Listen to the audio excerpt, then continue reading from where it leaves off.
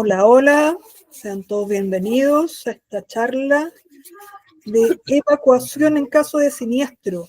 Muy buen tema, Domingo, después del tremendo siniestro que tuvimos ahí en el centro.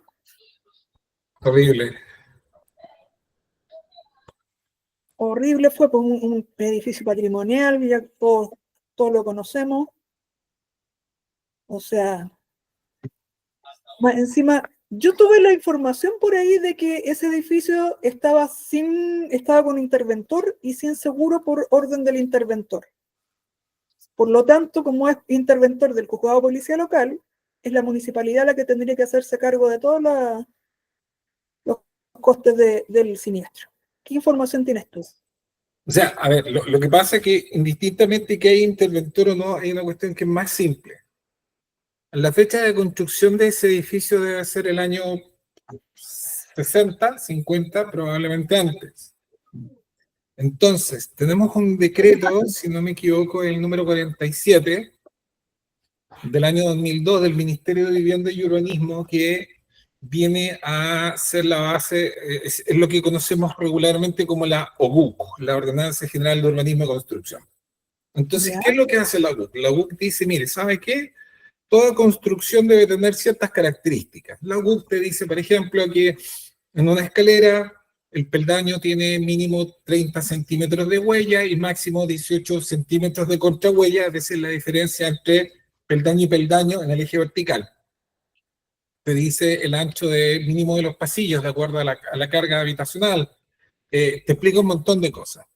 Entonces, entre otras cosas, la Ordenanza General de Urbanismo y Construcción te dice que cuando tú tienes un edificio de más de 5 pisos debes ponerle una red seca.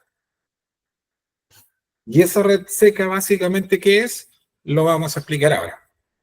Pero los edificios antiguos no tenían esa red seca, no tenían... Ese es el punto, los edificios antiguos no tenían. ¿Cómo lo incorpora? O sea, es súper difícil en algunas construcciones. Y aquí viene lo simpático. Por ejemplo, nuestra querida Judith. Ella administra ahí ese edificio que está en la esquina de Monjitas con José Miguel de la Barra. ¿Ya? ¿Cachai? Que da la vuelta por José Miguel de la Barra frente a la primera compañía de bomberos. Luego Monjitas por el lado de el Museo de Bellas Artes. Y luego Mosqueto. ¿Cachai? Entonces, que es justamente donde está la salida del metro Bellas Artes, que tiene una sola salida. ¿Ya? Yeah. Entonces, ese es un edificio que tiene 3 edificios en realidad, pero tú no tienes ahí una red seca. Lo maravilloso de ese edificio es que tenía unos pasillos que tienen 2 metros de ancho, pero no tienes una red seca. Entonces, ¿qué es lo que sucede? Conforme los proyectos constructivos se aprueban, están en norma en tanto que cumplen con aquello que en ese momento era la norma vigente. Entonces hoy día tenemos edificios que tienen unas mangueras, lo que se llaman las mangueras colapsables, las blancas antiguas, que son de paño, y son colapsables porque se aplastan, es como quien enrolla una corbata. Entonces tú para atacar un fuego tienes que desenrollarla entera, etc. Bueno, en el año 2002 eso cambió y se reemplazó esta manguera por lo que se llama la manguera semirrígida no colapsable. Y deben tener una red seca. Y te explica qué es una red seca, qué es una red húmeda, qué es una red inerte. Entonces, el desafío es que una vez más el legislador en Chile no ha sido capaz de decir, ¿y qué hacemos con los edificios que están fuera de la norma? No porque se construyeron fuera de norma, sino porque la norma antigua era de un nivel de requerimiento de seguridad inferior. Entonces, aquí lo primero que tendríamos que hacer es un catastro. Entonces, las distintas municipalidades deberían tener catastro de todos los edificios y decir, ¿sabes qué? Tenemos un porcentaje de edificios que no cuentan con las normas de seguridad. O bien, podríamos mejorar las normas de seguridad. Entonces, ¿qué vamos a hacer? Podemos generar alguna suerte de subsidio que las comunidades pongan una cantidad de dinero y el gobierno municipal ponga otra, ¿cachai? Hay instancias. Hay instancias. Se podría hacer, pero no se hace básicamente por una cuestión de desidia. Pero también en algunas comunidades no es factible hacerlo. Es que ese es el punto. Cuando existe la voluntad, yo entiendo que si tú vivís, por ejemplo, donde tú veas blogs, el típico blog de 4 pisos que se construyó en 4 pisos para no meterle red húmeda ni red seca, que lo vas a encontrar en Pudahuel, lo vas a encontrar en Quilicura, lo vas a encontrar en La Pintana, lo vas a encontrar en La Cisterna, lo vas a encontrar en Cochal, y lo vas a encontrar en todas las comunas de Santiago, que son estos blogs más chiquititos que tienen escaleras abiertas, ¿cachai? No, la posibilidad de respuesta es baja, pero se podrían hacer cosas. Entonces, existe una responsabilidad o existe el interés por parte de la autoridad de decir, oye, ¿sabes qué? Los grifos están operativos. ¿Qué vamos a hacer en este conjunto de blogs? Vamos a generar un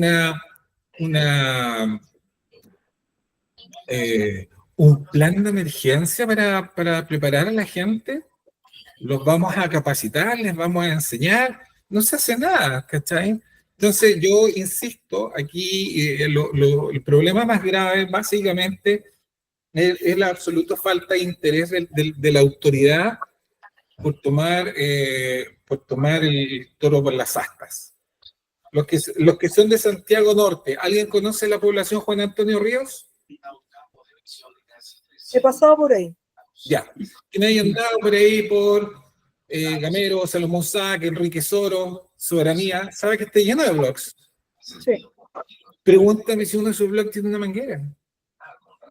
Entonces, No. es el punto. Nuevamente, la prevención viene a ser una cuestión absolutamente reactiva.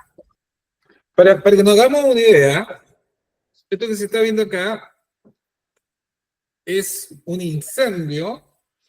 Lo voy a poner de nuevo. Esto es un video que yo recogí de YouTube, o sea, perdón, de YouTube, de TikTok. Y ahí, desde Canal 13, esto ocurrió en Santiago. Fíjense, ahí están aproximadamente en un piso 8, y quiero que pongan la atención. Se ve la ventana y a la izquierda, en un instante, se va a producir una bocanada y va a caer una tremenda cantidad de vidrio. Mira, pongan atención. Ahí, mira. Wow, cómo cae el material. Es una cuestión terrible. Entonces, ¿qué es lo que sucede? Este vidrio que cae ahí, a mí me da para pensar, y yo digo, chuta, ¿qué es lo que tenemos acá? ¿Qué es lo que me da a mí para pensar esto? Cuando uno tiene un plan de emergencia y selecciona una zona de seguridad, hay gente que es mandada a hacer, a decir, ya, pero la zona de seguridad la vamos a dejar en los estacionamientos. Depende de las características del edificio.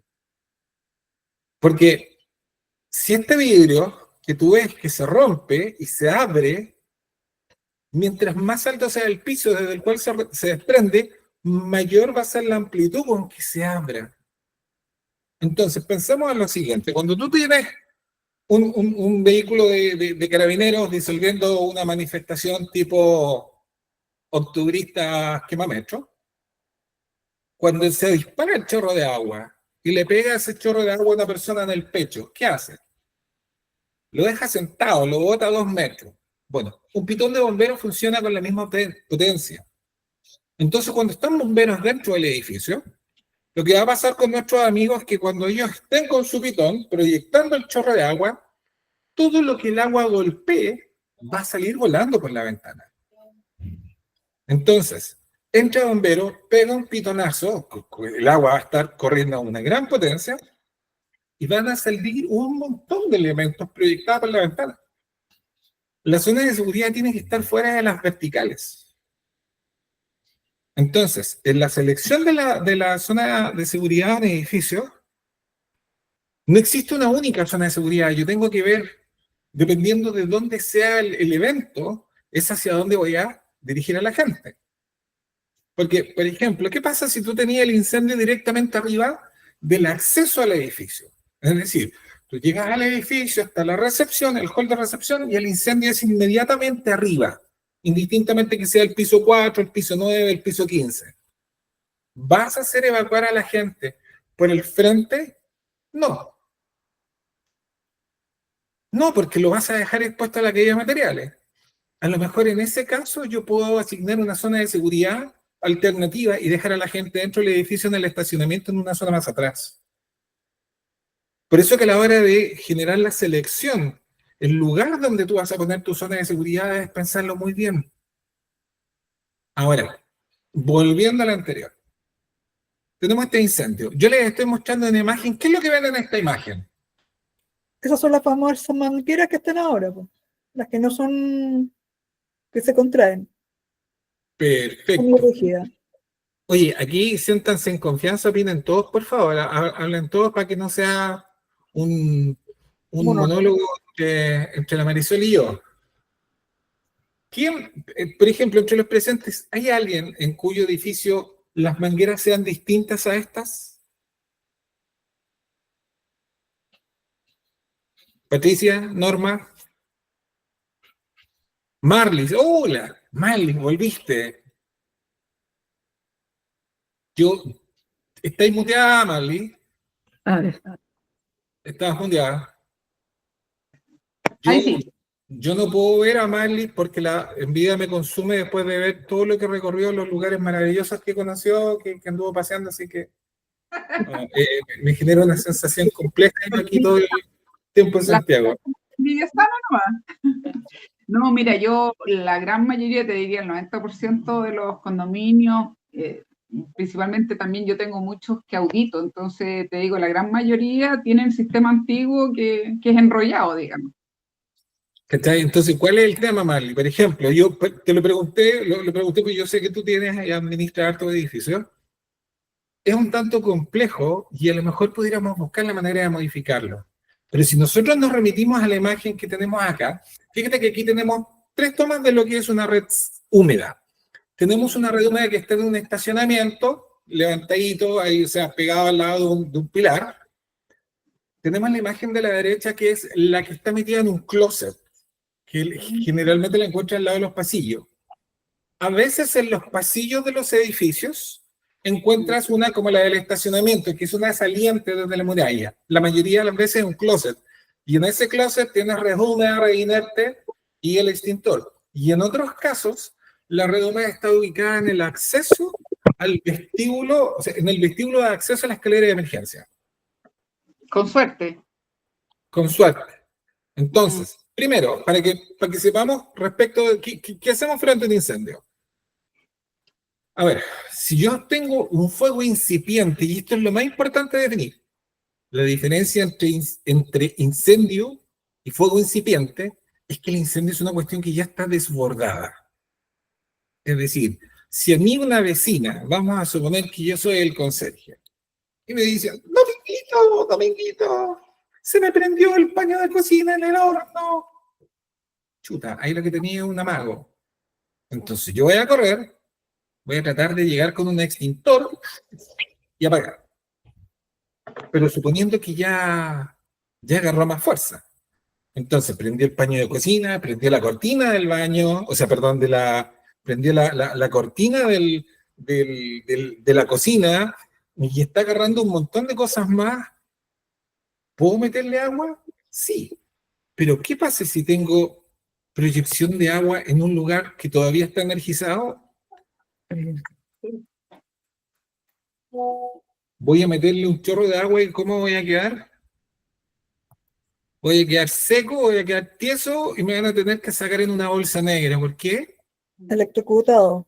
Porque me voy a electrocutar. Entonces, cuando una persona pretende atacar un fuego incipiente con una red húmeda, que no es malo que lo haga, pero algo está, es lo que se llama equipo de primera respuesta usualmente, tiene que asegurarse de desenergizar el lugar. Oye, Domingo, pero hay otro tema también. Muchas veces que suceden así estos incendios incipientes, dan por seguro que los conserjes saben todas estas normas, que en teoría deberían saberlo, pero muchas veces esto no es así y la gente, si el conserje no se mete a ayudar, también después reclaman, o sea, reclaman porque sí, porque no, Mira, y en general, entre comillas, no sé hasta qué punto está bien que un conserje ayude, porque no es bombero. Ya, certera tu observación. Mira, conversábamos el otro día con Yasna. Bueno, para los que no la conocen, y aprovecho sí de pasar el aviso, nosotros con Yasna somos un equipo bien particular, pues yo soy el charlatán, el tipo tren de la fumada. extrovertido e histriónico, y Yasna es la persona de bajo perfil que maneja con una particular asertividad los temas de la prevención. Pero no, en definitiva, lo conversábamos con Yasna y lo veíamos porque fuimos a la difusión de un plan de emergencia en Ñuñoa y en Castillo Brizar, muy cerquita del Estadio Nacional. Un edificio súper grande, 200 departamentos. Pregúntame cuántas personas bajaron a la difusión. Y se movió por todos lados la difusión. 10. 5. 9. No. 6. Yasna, ¿cuántos fueron? Fueron como 6, ¿verdad? Sí, fueron 6. Yo estuve asesorando un edificio porque hicimos un plan anual de prevención acá en Patronato, en Santo Domingo con Tabaré. Estuvimos durante 2 semanas promocionando, hablando del simulacro de evacuación. Hicimos primero el plan de emergencia, luego hicimos la difusión, pusimos el aviso en las pantallas frente a los ascensores, etc. Bajaron esa vez al simulacro 25 personas cuando mucho. Entonces, Marlis, el gran problema es que la gente reacciona cuando ya se quemó los dedos, se ponen el semáforo cuando ya en la esquina atropellaron a la abuelita que venía con los 2 niñitos del jardín infantil, ponen el lomo de toro después del 4.º choque que se produce en el año. Entonces, ¿cuándo reacciona la gente? La gente reacciona cuando decimos, chuta, O sea, se nos... si el dueño de casa no sabe qué hacer, en realidad, ¿hasta qué punto efectivamente intentar hacer algo, o sea, hay que más empezar a avisar a todo el mundo que salga? Ya, aquí viene lo importante. Línea muy delgada, pero ¿cómo hacer entender eso tanto a los vecinos como a los conserjes? Ya, Marley, aquí viene lo interesante. Mire, primero voy a hacer una descripción básicamente que es lo de la red húmeda. Esto que está acá es un extracto de una prueba de estanquedad que hizo el cuerpo de bomberos en un edificio que asesoro yo. No voy a decir qué edificio es, pero un edificio muy grande, 4 torres, 2 de 20, 2 de 30, 730 departamentos, 5 subterráneos, y yo a estos viejos les hice el plan de emergencia en 3 años consecutivos. Y el primer año me encontré con que no tenían ninguna prueba de las redes secas ni de las redes húmedas. Entonces, esto que está acá es la descripción técnica que precede al análisis de cada uno de los elementos. Entonces, dice red húmeda, es un sistema diseñado para combatir principios de incendio o fuegos incipientes por parte de usuarios o personal de servicio del edificio. Este sistema está conformado por una manguera conectada a la red de agua potable y que se activa una vez desplegada la manguera y abierta la llave de paso. En su extremo cuenta con un pitón que permite entregar un chorro directo en forma de neblina según el modelo. Ahora, si yo voy a la imagen a continuación, fíjate que yo aquí tengo explicado cómo se usa la red húmeda. Y es súper claro. Primero y sobre todo asegúrese que el objeto a apagar no esté conectado a alguna fuente de energía eléctrica. Si no, adiós pampa mía, como decía mi abuelo. 2, gire la llave de paso de modo que quede paralela a la cañería. El sonido y la rigidez de la manguera le indicarán que se llenó de agua. Entonces, ¿qué pasa? Tú te aproximas al gabinete y dependiendo de las características del gabinete, puede ser un pivote abierto, hay veces que no están en gabinete, sencillamente tú tienes la columna y tienes un brazo pivotante que es donde está conectado este carrete. Abajo pasa una cañería y tal como se ve en la imagen, cuando la llave, que siempre es una llave de paleta, para que la gente lo sepa, cuando la llave está paralela al eje de la cañería, es porque está abierta. Generalmente está cerrada, está así. Tú tienes la cañería y tienes una paleta. Entonces, cuando tú haces esto, a mí me dicen que yo soy muy chónico, perdón. Pero tú haces esto y pega un apretón el carrete. De hecho, el carrete se llena y tú sientes como se llenó todo esto con agua y el carrete se expande. De hecho, se expande porque las cañerías están un poquito, o sea, están vacías. Entonces, en ese momento, como tiene mucha potencia, el flujo de agua es bastante potente. Una red húmeda en condiciones normales, en condiciones óptimas, debe arrojar 2 litros de agua por segundo. Saca la cuenta cuánto te demoráis tú en llenar tu olvidador de agua para tomarte un café, abrir la llave y estáis esperando 1, 2, 3 y contáis hasta 10 y llenáis 2 litros. Ya. Una red húmeda te arroja 2 litros por segundo en condiciones normales. Entonces, esto te va a generar un flujo de agua súper potente, pero súper potente para el inicio de un incendio. O sea, cuando tenía un incendio desatado, esa cuestión es un dedal.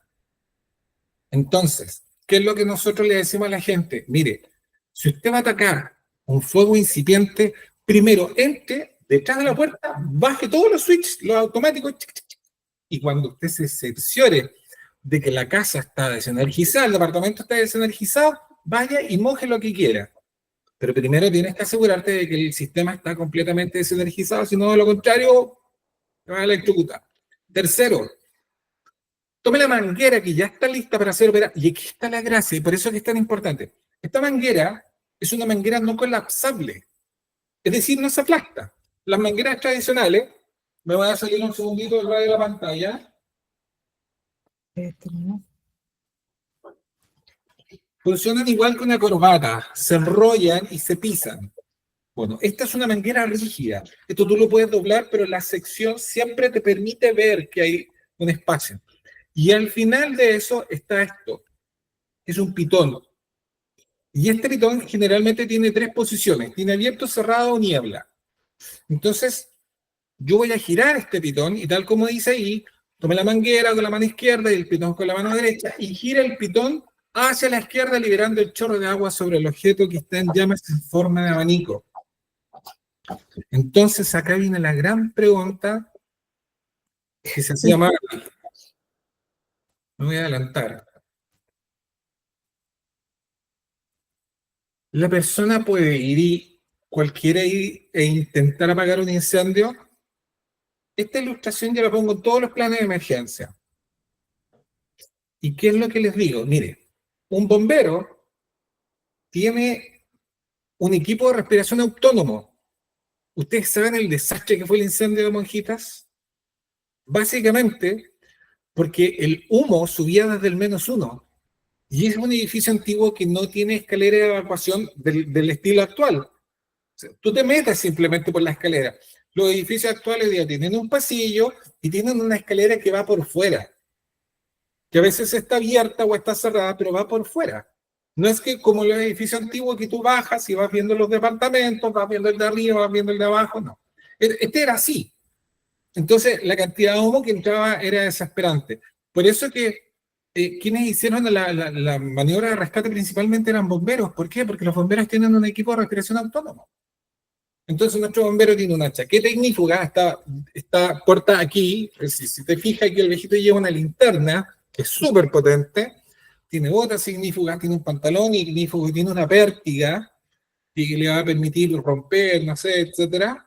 Tiene un casco y tiene lo que se muestra ahí, que es una monja. Es decir, como dice nuestra desaparecida amiga Marisol, que salió de cámara, lo que decía yo, una balaclava ignífuga, que es una especie de pasamontaña.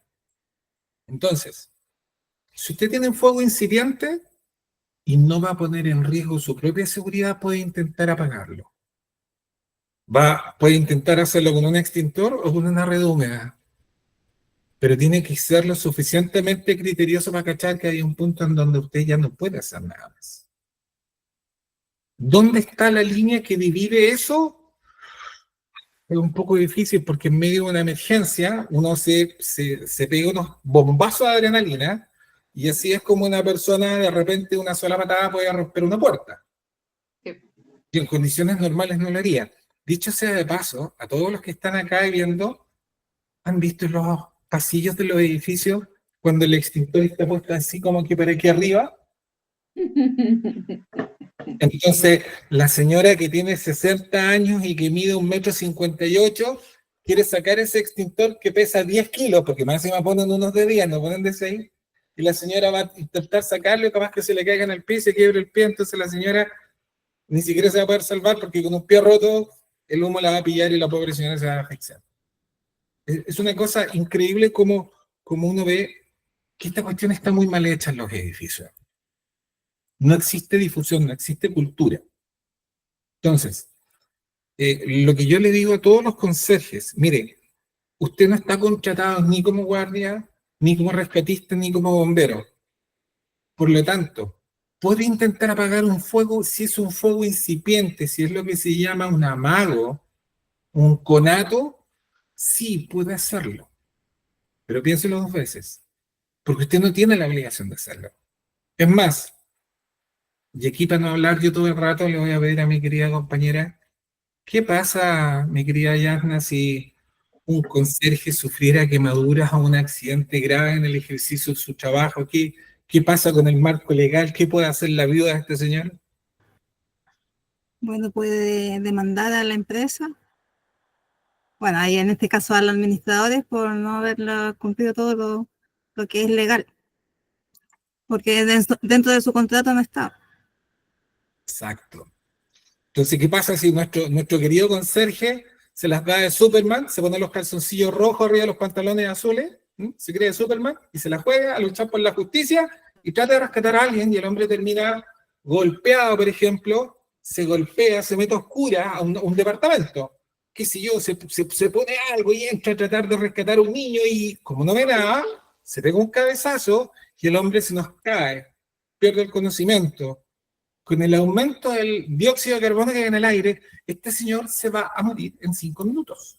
Bueno, dentro de todo, igual, pues yo trabajo en empresa y lo primero que les digo a mis trabajadores, si no pueden, o sea, salgan. No es, la vida está primero, las cosas materiales se recuperan y es lo primordial que uno debería enseñarle. Y claramente las mantenciones que uno tiene que tener dentro de las casas y todos los cuidados que claramente los residentes deberían tener. Y eso estar como constantemente, no sé, poniendo datos, informes, porque puede pasar.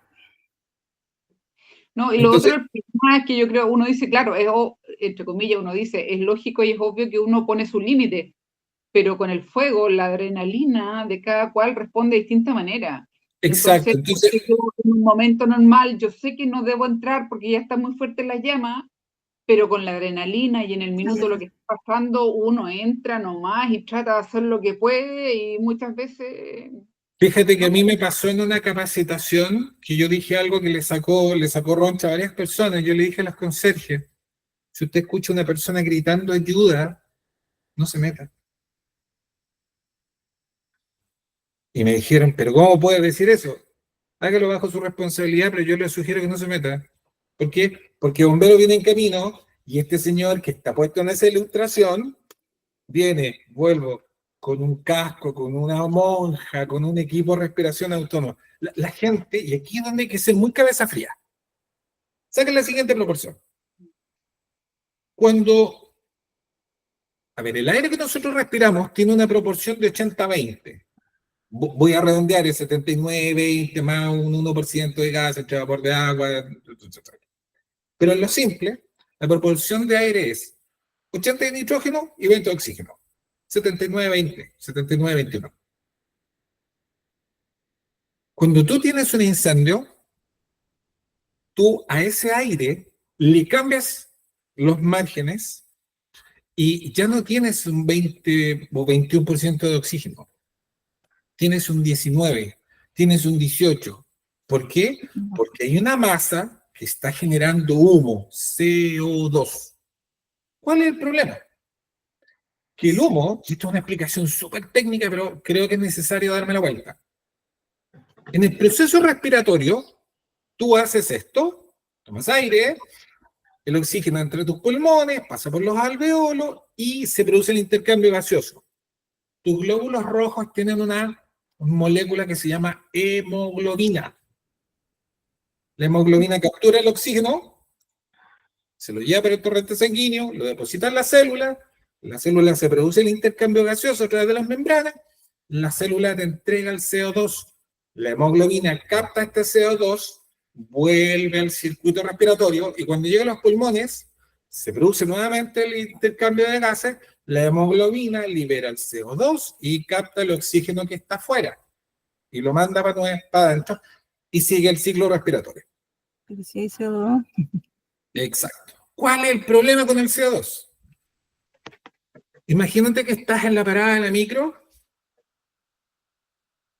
y en la puerta que está al medio hay parado 20 abuelitos y 20 niños de 15 años. Y la puerta se te va a abrir 5 segundos y se te va a hacer ruido después. ¿Quiénes van a entrar? Los niños. Los cabros de 15 años. Te la hago más corta.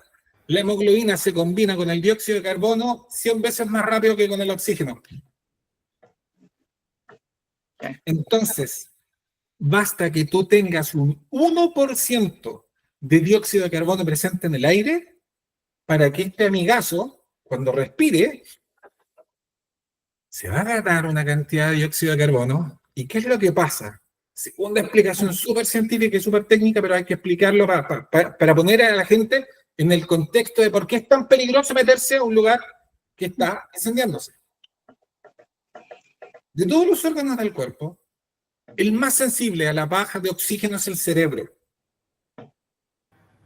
Entonces el cerebro, que es un tipo muy petulante, le dice al resto de los órganos, compadre, aquí ustedes son una manga de hambrientos, porque ustedes, su músculo, brazos, piernas, corazón y todo esto, se comen todo el oxígeno.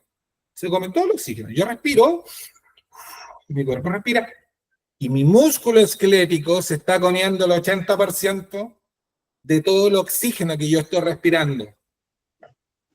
Entonces, ¿qué hace el cerebro? Dice, viejo, está entrando así una partícula de oxígeno, un pelito de oxígeno. ¿Y qué hace el cerebro? ¡Pum! Apaga el switch y bota el cuerpo. ¿Y qué es lo que pasa con la persona? Se desmaya. ¿Por qué? Porque el cerebro dice, si este viejo sigue moviéndose, se va a comer el poquito oxígeno que yo tengo. Entonces voy a apagar toda la operación. Bajo todos los switches. Y solamente queda funcionando el cerebro. Y como el viejo más encima se cayó, mientras más bajo, más cerca está del suelo, más asegurado tiene la producción de oxígeno.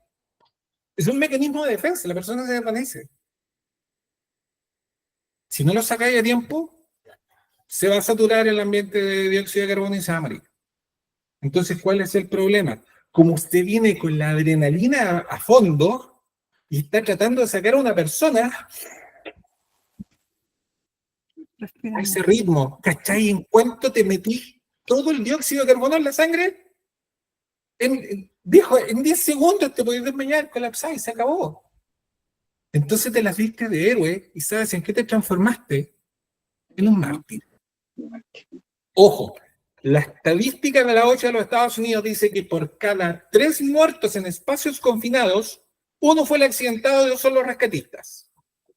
Con los incendios pasa algo similar. Y ojo, el 85% de las muertes en incendios son por asfixia, no son por quemadura. Si tú tomas a una persona que murió en un incendio y le haces un examen de sangre, vas a dar con que la sangre está absolutamente carboxilizada. Es decir, se metió en el torrente sanguíneo todo el dióxido de carbono posible. Entonces, esa es la razón por la que yo le digo a las personas, ¿puede intentar atacarlo? Sí, pero no lo hagas, salvo que esté muy, muy, muy seguro y lo que sea que se prendió fue un paño de cocina. Pero no se las dé de valiente, porque es muy probable que esto le cueste caro. Entonces, ¿qué va a pasar? Va a venir la viuda de don Lucho, que era nuestro querido conserje, y el día del funeral va a aparecer un amigo, va a estar afuera de la funeraria, a lo mejor afuera de la mutual, porque este señor está muy mal, y va a aparecer un abogado, y cuando le diga, ¿qué le pasó a su marido? No, es que él intentó apagar un incendio en el edificio en donde trabaja. Y va a venir ese abogado y le va a decir, mire, hagámosla simple. Demandemos a la comunidad por 20 millones de pesos. Yo le pago 10 al tiro. El juicio es mío. Y la viuda va a ir y va a aceptarlo. Entonces ahí el abogado sabe que en el 99,9% de los casos el edificio no tiene la difusión del plan de emergencia, los conserjes no tienen el curso de uso de extintores, no se les hizo el curso de prevención, no hay un sistema de gestión, decreto 44, una vez más, de capacitación sobre prevención de incendios, respuesta a accidentes, no hay nada de eso. Entonces, ¿qué hace esta abogada? Pesca a esa administradora, que lo ve absolutamente desprovisto de elementos legales y lo demanda. Y le va a sacar buenas lucas. Entonces ahí es donde yo le digo, señor, si usted es conserje, no intente salvar a nadie. Y ahí fue donde me miraron y me dijeron, ah, por eso que Domingo dijo que no nos metiéramos a salvar gente. Y es así. Me voy a devolver en las imágenes y voy a hacer una Domingo, Dime. lo interesante en este caso sería saber qué es lo que sí puede hacer el conserje. Por ejemplo, llamar a bombero, llamar a carabinero, llamar al administrador. Básicamente, exacto. A ver. Gestionar, apagar las llaves del gas, del sistema eléctrico. O sea, hay cosas que sí pueden hacer. Pastelera tus pasteles. Porque de repente a mí me dicen, oiga, pero los vamos a evacuar. No sé, es que yo lo veo re poco probable que termine evacuándolo. ¿Por qué? Porque la gente cree que suena la alarma, los vecinos van a salir y van a decir, oh, hay humo, bajemos. Cada uno va a apretar para donde mejor pueda. Y acá nuevamente nos encontramos con el tremendo problema de la falta de capacitación. ¿Qué piso es el que evacúas tú? El siniestrado. ¿Para qué vas a evacuar un edificio entero de 20 pisos si el incendio es en el 8? Con suerte el 8 y el 9. El 8 y el 9, te la compro, y hasta ahí. Entonces, ¿qué es lo que yo le decía el otro día a un equipo de un edificio muy grande que les decía yo, que tiene 2 torres de 20, 2 de 30, 5 subterráneos, un piño de gente enorme. Entonces, como yo soy muy amigo del método socrático, me gusta el método socrático, esto que decía Sócrates, que la mamá era una mayéutica, una matrona, era una partera. Entonces, ella decía que, él decía, Sócrates, que al igual que lo hacía su madre, el conocimiento vive dentro del individuo, por lo tanto, él lo que hace a la persona lo hace parir.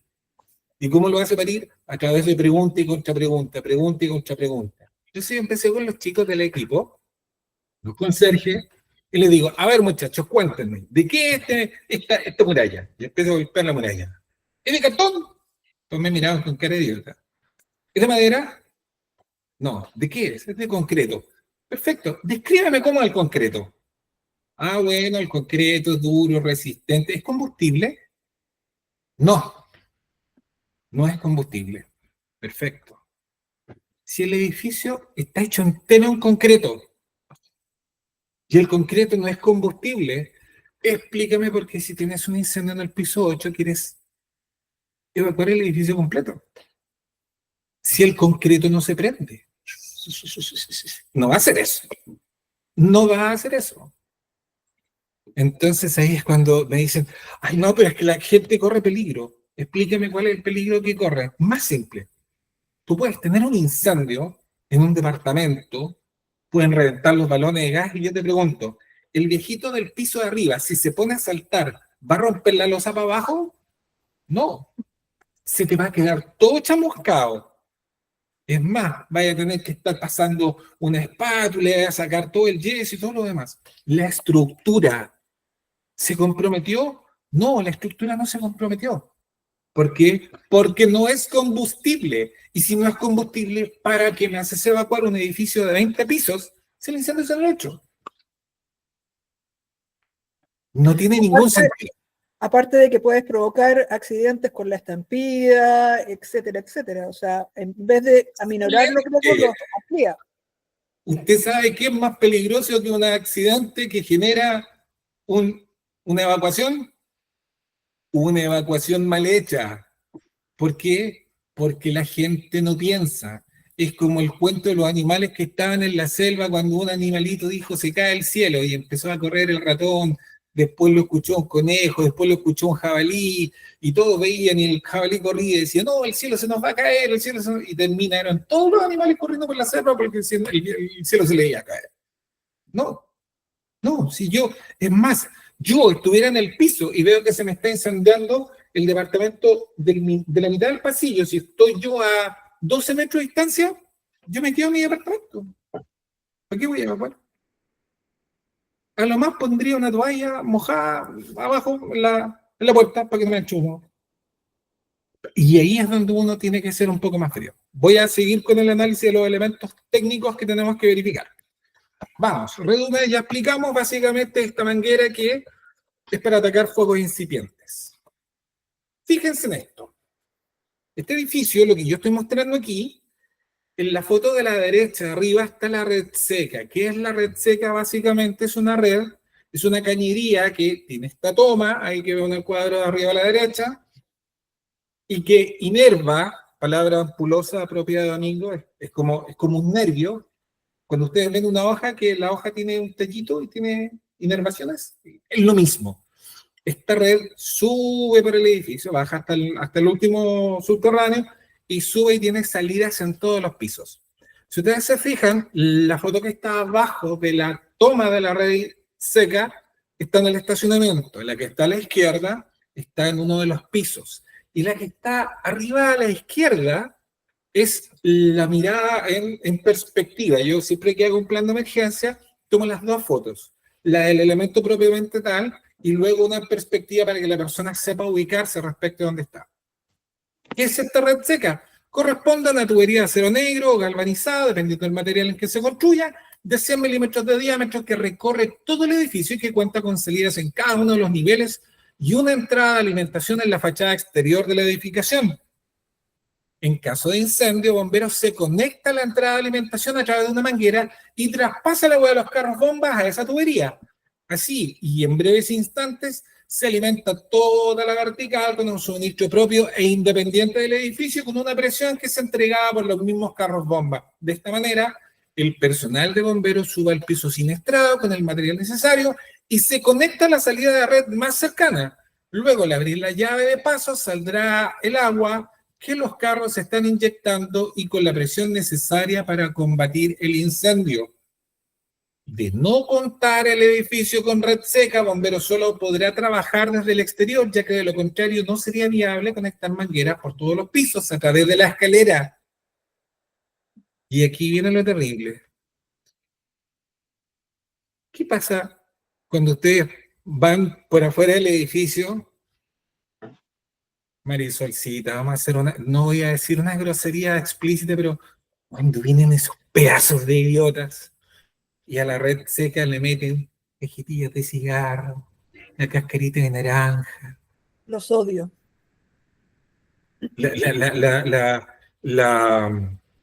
el envase de yogur. Entonces, por favor, todos los administradores que están aquí ven la instrucción perentoria, instrucción taxativa a sus conserjes.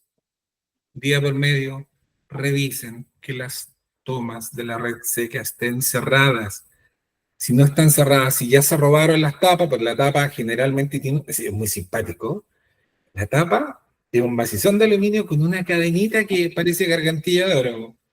Oye, ¿sabes qué dato me dio el papá de mi hija, que es bombero hace muchos años, que se puede hacer la tapa plástica? Y la cosa es que se pueda sacar fácilmente, rápidamente. O sea, mientras que no sea plástica, los pisos salvamos. No, yo te digo la que da a la calle, cosa de que Por ahí eso. no le metan las cositas.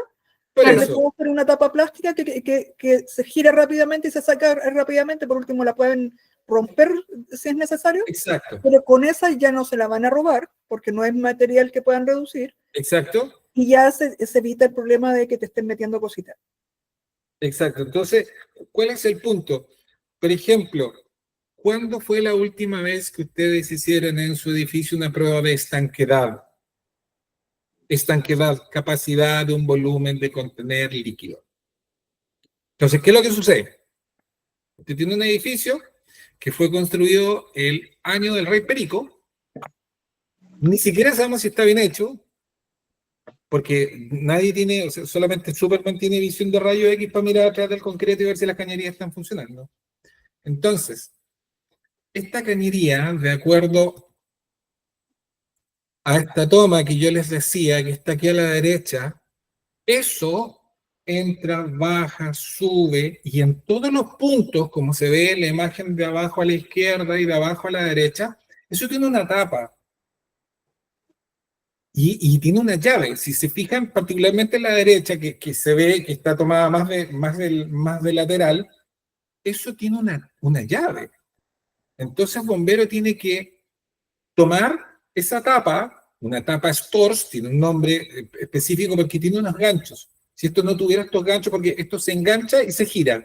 Si se fijan en la foto de arriba, se van a dar cuenta que el círculo este tiene dos patitas. Y eso es porque ahí se engancha esto, se gira, y eso permite que esta cuestión no salga y se desarme. Esto permite que la presión entre. Si esta cuestión falla, va a pasar que en los puntos usted no va a tener irrigación. Es más, un accidente espantoso que hubo en Calle de la Pacá hace un par de años atrás, y conocí a una administradora, la Michelle, ella era la subadministradora. Uno de los puntos, por ejemplo, como la imagen que está a la izquierda, abajo, el del primer piso estaba dañado. Entonces el bombero metió toda el agua y el agua salió por ahí. No hubo presión para llegar hasta arriba. ¿Cachai? Entonces, si a mí me llega a fallar la red seca, de hecho, si ustedes se fijan en la imagen de la derecha, van a ver que abajo hay una patita, hay una paleta. Eso es lo que se llama válvulas de despiche. Les cuento una anécdota. Estoy en un edificio en la avenida Lía Aguirre, en la Florida, y le digo al conserje, mira, esta es una válvula de despiche, y yo la abro, empieza a caer agua, caer agua, caer agua. El edificio está relativamente nuevo. ¿Saben qué fue lo que pasó? Se hizo una prueba de estanquedad, vinieron los bomberos, le metieron agua, midieron que no había problema con la salida de los puntos, no tenía fuga, y se fueron. Y no despicharon, no botaron el agua, la dejaron Y ahí. nadie despechó el agua. Y te puedo mostrar el video donde yo abro una de las válvulas de despiche y literalmente estuvo cayendo 10 minutos. 10 minutos. Te lo juro, como decía un amigo mío con este puñado de cruces, te lo juro, 10 minutos estuvo cayendo el agua. O sea, qué bonito, estáis juntando óxido y corrosión. Pero fabuloso, o sea. Y el olor a agua podrida. Y los incendios, oh, Entonces, ¿qué es lo que pasa?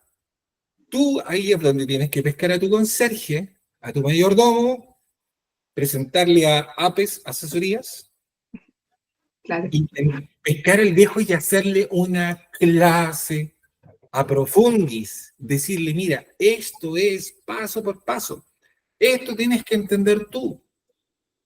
Yo siempre le digo a los administradores, tú sales a bailar con tu mujer, sales a pololear, no sé, por ahí, se quedan fuera, se toman unos tragos, pasan una segunda luna de miel de casado, sí, más de alguna vez. ¿Y con quién dejas de tus hijos? ¿Con tu sobrina de 15 o con tu cuñada o con tu suegra? Ah, no, lo dejo con mi suegra. ¿Y por qué? Porque es tu suegra, pues viejo, sabe criar niños. Pues. Entonces tú no podés dejar a tu niño, que tiene 4 años, al cuidado de tu sobrino, que tiene 9.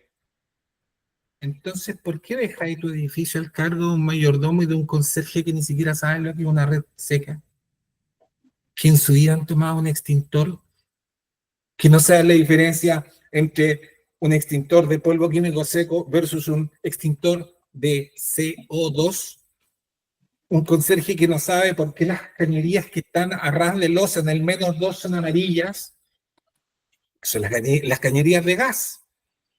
A mí me tocó en un edificio en Gran Avenida y en Teresa Vial, y le pregunto, un equipo que vamos a mostrar ahora les voy a mostrar esto, miren. Red seca, esto es la Redinarte. Fíjense lo que pasa ahí.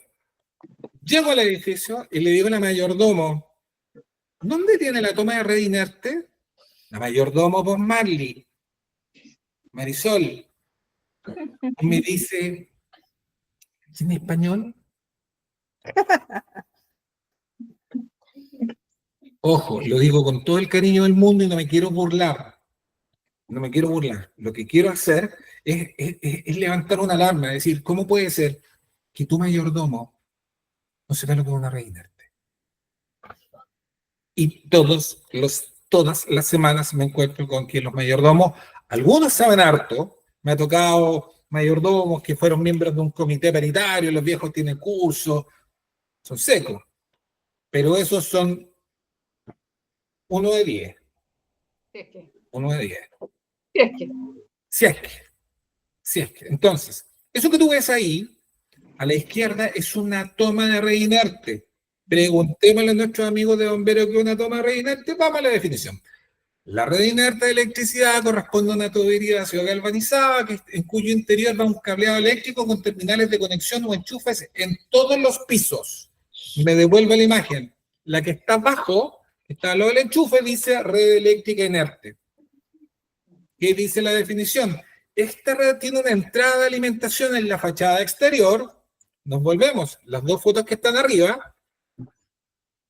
Y bomberos la utiliza cuando requiere conectar alguna herramienta o sistema de iluminación o de ventilación, ahí se les pasó a los viejos, para enfrentar una emergencia independientemente de que exista o no suministro eléctrico en el edificio, sea este público de emergencia. La energía entonces es entregada por el generador de los carros portaescala a través de una extensión eléctrica que se conecta a la entrada de alimentación, energizando exclusivamente los enchufes correspondientes a dicha red distribuidos en todos los pisos. Entonces, yo le pregunto, ¿cuándo fue la última vez que usted probó su red inerte? Y es súper simple, ¿eh? Lo único que tienes que hacer es de tu casa poner un enchufe que tenga una salida de enchufe y una salida de trifásico, y lo ponías ahí y veis si cacháis si tenéis salida en otro punto. Yo he visto un montón de edificios donde hacían esto y es una trampa. Me tocó ver un edificio que todavía no estaba entregado y sacaban un enchufe de la lavandería, entonces desconectaban una lavadora y con un enchufe del tipo trifásico, ¡pup!, lo metían y ese lo tiraban para afuera, lo pescaban a la red inerte y energizaban todo el edificio. ¿Por qué? Porque efectivamente no podían hacer cargo de la electricidad porque el edificio no estaba terminado, estaba en su periodo de terminación de talla. Entonces, es súper importante que estos equipos estén operativos. Porque el día que usted tenga un incendio y esa red esté dañada, bomberos, ¿con qué ilumina? Si bomberos mete ahí su enchufe, efectivamente el carro tiene un generador chico, el tipo saca la extensión, ¡pup!, se enchufa ahí y me deja energizado todos los puntos de todos los pasillos. Y ahí bombero sale con un halógeno, bueno, halógeno, se me queda el carnet, un LED, una luz LED, Marley, por favor, no te burles, tú eres más o menos de mi generación.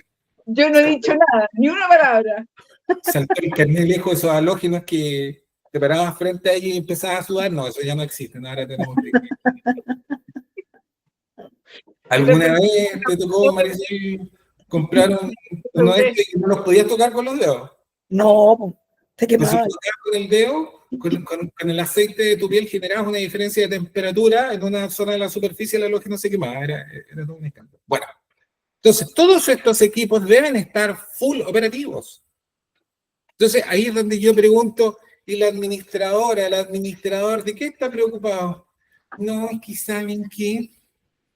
Subimos 2.000 pesos porque como tuvimos reajuste del sueldo mínimo y la gente está quejándose de eso. Viejo, el edificio se te va a quemar, no tenía una red seca operativa, no tenía una red inerte operativa, tenía unos extintores que se caen de viejo, no tenía iluminación en los pasillos y yo no quise meter más equipo.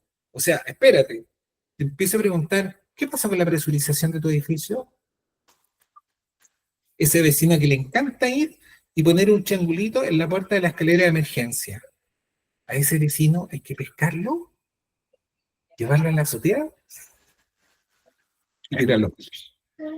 Y lo que usted hace con eso es lo siguiente: cuando usted tiene un incendio, esto que se llama zona vertical de seguridad, que es la escalera de emergencia, y por algo se llama zona vertical de seguridad, porque es una zona de seguridad vertical, no es la zona de seguridad plana que tienes afuera del edificio, en el estacionamiento, en la calle, etc. Esta es una zona vertical. ¿Por qué? Porque tu caja escala está cerrada con puertas de F60. Perdón, F120. Tienen tolerancia a 2 horas de acción del fuego. Y tienen un sistema de presurización ¿Qué significa eso? Que abajo, en el -1, hay una puertita que te dice presurizador. Tú la abres y te encuentras con una cosita que es como un caracol metálico. ¿Y eso qué tiene? Una turbina, un motor. Y cuando tú lo echas a andar, eso genera un flujo de aire que sale por las celosías de las escaleras. Entonces, cuando tú entras a la zona vertical de seguridad o escalera de emergencia, abres la primera puerta, generalmente tenía al lado los medidores de agua, la red seca, la red húmeda, abres la segunda y cuando sales a la escalera te vas a encontrar que generalmente al lado de los descansos, o en los descansos, te vas a encontrar con un tremendo cuadro con una rejilla. Esa celosía es la celosía del sistema de presurización. ¿Por qué tú tienes presurización? Porque los gases, según bueno, Bernoulli partió con la presión de líquido, pero los gases se desplazan de la zona de mayor presión a la de menor presión. Por eso es que cuando usted infla un globo, usted está metiendo un volumen que debiera estar acá y lo pone en un globito que está acá. Entonces, ¿qué aumenta dentro de ese globo? La presión del aire. Y cuando usted suelta el globo, ¿qué hace el aire? Sale. Pero lo que desplaza es el globo.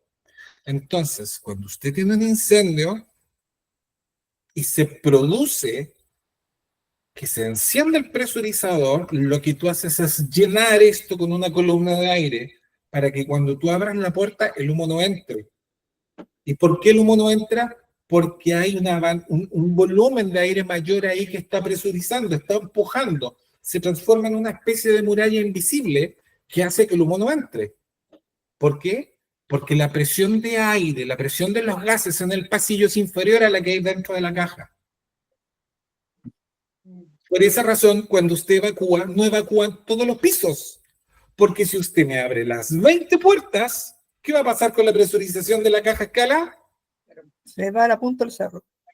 Exactamente. En ese segundo se acaba la presurización. Por lo tanto, Pregúntale al incendio de la Torre Santa María nomás. mire qué interesante. ¿Usted sabe por qué se quemó la Torre Santa María? Porque dejaron la puerta de la escala de presurización abierta, porque estaban Más trabajando con lo que... Esto es lo que supe. viejito pegando el neopren. ¿Cómo? ¿Sabéis cómo estaba el viejito echando el neopren en la alfombra? Así, con el cuello de la mano. El viejo estaba fumando. Ah, Los viejos estaban tirando clefa o neopren y estaban pasando. O sea, a ver, tú cuando trabajas con neopren, tú tienes un tambor así cuadradito, ¡pup!, vacías y con una paleta empiezas a pasar porque estaban alfombrando. Sí, pero el tema es que siguió avanzando porque la escala de presurización que debería haber protegido, justamente por el olor a neopren, la tenían abierta. Entonces nunca se pudo presurizar la escalera del Santa María, po. Entonces, cuando usted ve a ese vecino que va y le mete un palito a la puerta para mantenerla abierta, cuando usted ve al vecino que está metiendo el palito, pésquele la mano y córtesela. Porque no lo haga nunca más. Porque eso nos va a costar o sea, nos va a costar la vida de las personas. bueno, ¿Seguiré hay avanzando con la condominios, presentación? Dime. hay condominios que tomaron la mala costumbre por pandemia, por estallido social, de que suben y bajaban por la escalera de Ningún problema. evacuación. Entonces quedaron de hecho las puertas malas y Claro, eso quedan sí. abiertas porque las ocupaban para subir y bajar porque no tenían por otra parte por donde movilizarse, porque tenían. Entonces quedaron con esa mala costumbre. Sacarle esa mala costumbre es un cacho. Mira, esta cuestión es tan compleja, fíjate que, y para cerrar, aquí vamos a movernos rápidamente por estas láminas, porque ya hablamos, vimos lo principal, que es la preocupación por la mantención de los equipos de combate contra incendios. No voy a hablar de los extintores en esta ocasión, porque el extintor es una cuestión bastante más simple. O sea, por último, el extintor, yo lo utilizo y después lo recargo. Pero un incendio no lo pagáis con un extintor. Entonces, ¿qué es lo que pasa? Cuando bomberos se encuentran con que la red seca no funciona, lo que los bomberos tienen que hacer es empezar a unir manguera con manguera, manguera con manguera, manguera con manguera para arriba. ¿Sabéis cuánto tiene una tira? Una tira tiene 15 metros de largo. ¿Cachai la cantidad de mangueras que tenéis que ir uniendo una por otra, subiendo por la escalera, considerando que en cada curva la manguera se corta y generas una pérdida de presión? Es un cacho. Entonces, pregunta de autoevaluación. ¿Qué es una emergencia? Sabemos que es una emergencia. ¿Qué es el plan de emergencia? ¿Qué es la evacuación? Todos estos conceptos ya medio que los vimos. Los vimos medio someramente. ¿Cuáles son las zonas de seguridad? Vamos, ¿qué es una emergencia? Básicamente es una combinación imprevista de circunstancias que ponen en peligro la vida o la seguridad de las personas. ¿Por qué imprevista? Porque yo no sé que mi vecino se va a quedar dormido con la estufa prendida. No sé que un niño se va a poner a jugar con fósforos. No sé que a una abuelita, que a lo mejor es muy viejita, se le quedó una olla prendida y se olvidó y se produjo un incendio. ¿A quién afecta la emergencia? A todos, de Capitán Apache. O sea, la gente, yo le digo, pero ¿a ti te afecta la emergencia? No, porque yo trabajo acá, yo no vivo. Ah, perfecto. Entonces el humo va a decir, no, don Pablo, yo no voy a entrar por sus pulmones porque usted es conserje y no vive acá. Yo como humo me entrego solamente a los residentes. Vamos. Toda emergencia, perdón, se largo. Toda emergencia tiene un antes, un durante y un después. Y esto no hay que olvidarlo nunca. ¿Por qué? Porque en el antes, y aquí me voy a adelantar una lámina, en el antes tú haces todo lo necesario para evitarla, en el durante todo lo necesario para controlarla y en el después todo lo posible para volver a la normalidad. Pero ¿qué haces en el antes? En el antes mandas a hacer el plan de emergencia. En el antes haces la difusión del plan de emergencia con tus conserjes y con tu mayordomo. En el antes haces la difusión del plan de emergencia con tus residentes.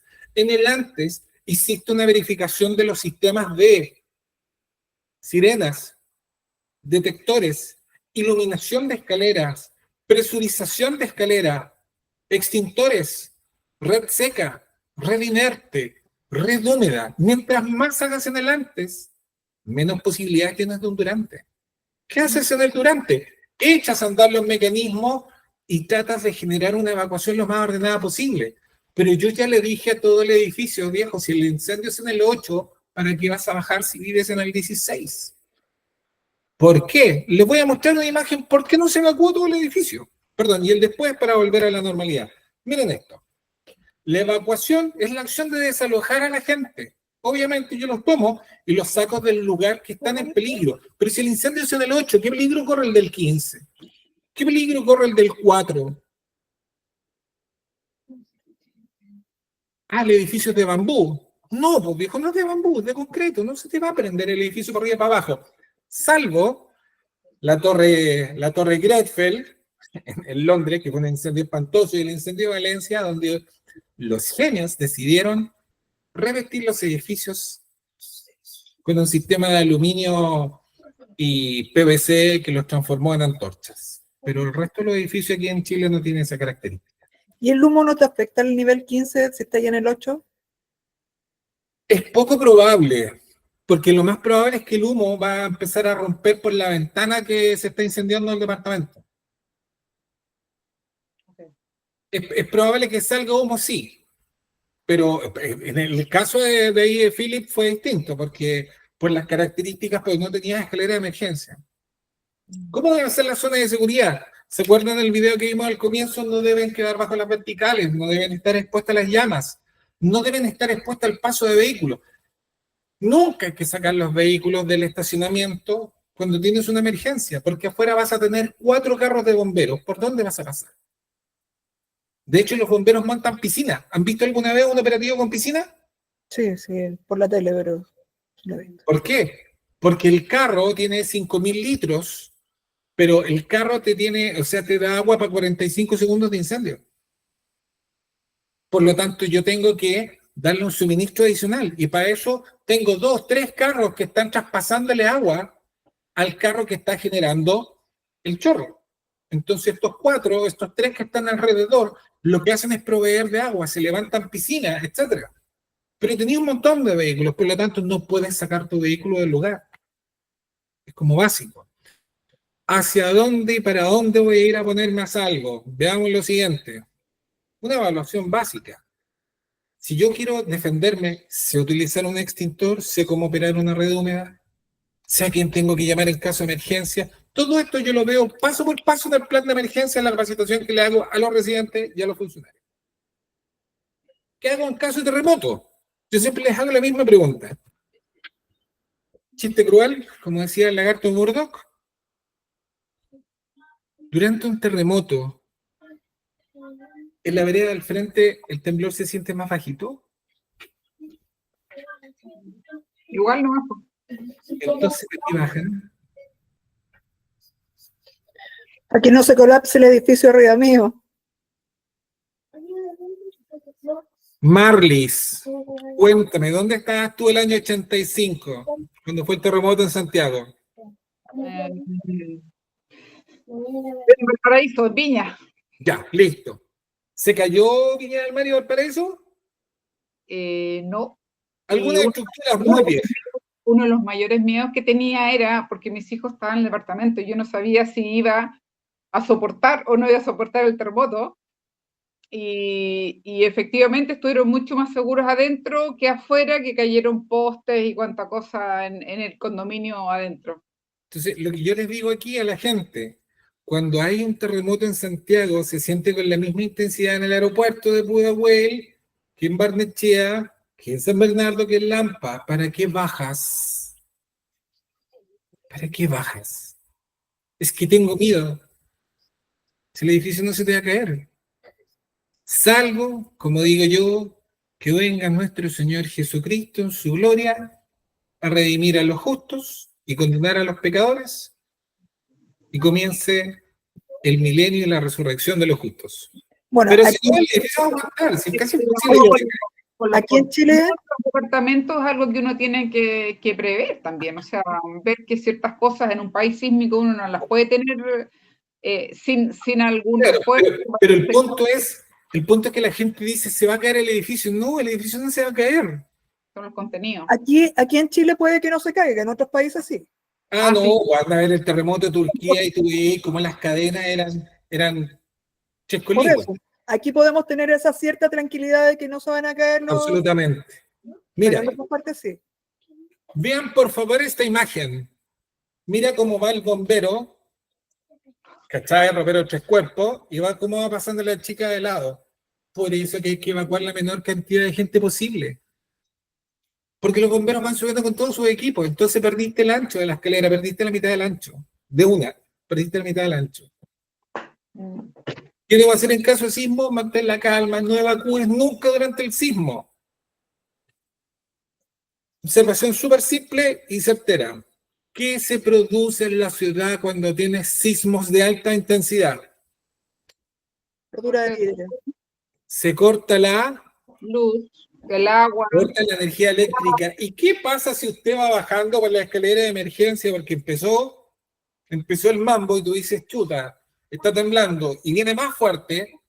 Anda y agarra la botella de firma el Johnny Walker y el televisor, el plasma. No te preocupes nada más, si total la botella de champú se te va a dar vuelta dentro de la tina. Yo para el terremoto del 2010 en mi casa, lo único que se caía en mi departamento fue una botella de champú. Por todo lo que perdí. ¿Para qué corres? ¿Para qué evacúas? Si el terremoto se siente en todas partes igual. Entonces, ¿qué es lo que sucede? Los sismos de alta intensidad hacen que la red eléctrica se caiga. ¿Tu equipo tiene un equipo, o sea, tu edificio tiene un equipo electrógeno? Probablemente. ¿Después de cuánto rato vas a volver a tener luz en los espacios comunes? 5 segundos. ¿Cuánto necesitas que se te acabe la luz en la escalera para caerte? 2 segundos. Menos, 1. O sea, basta que tú vayas bajando y se te apague la luz y te vas a ir para abajo, va a ir bajando como carambola. Imagínate un piño de gente bajando asustada y en la mitad del sismo se les corta la luz. Es un dominó de gente que va a quedar toda aplastada y apachurrada. No tiene sentido. Por eso, mantenga la calma y nunca, señor, nunca evacúe en medio del sismo. Jamás. Evacuación de personas discapacitadas, por favor. Los planes de emergencia deben considerar a las personas discapacitadas, ya que por su condición están más expuestos a quedar aislados y a quedar atrapados y a desorientarse o perderse en medio de la evacuación. ¿Qué hago yo con una persona que tiene discapacidad motora? ¿Quiénes son? Silla de ruedas, bastones, burritos, etcétera. ¿Cuál es el principal desafío? Maniobrar sus sillas, que se queden sin batería sus sillas, subir o bajar pendientes, moverse en superficies irregulares y obviamente la fatiga y el ahogo. En la mayoría de los casos la incapacidad física también está asociada a una capacidad de respiración, a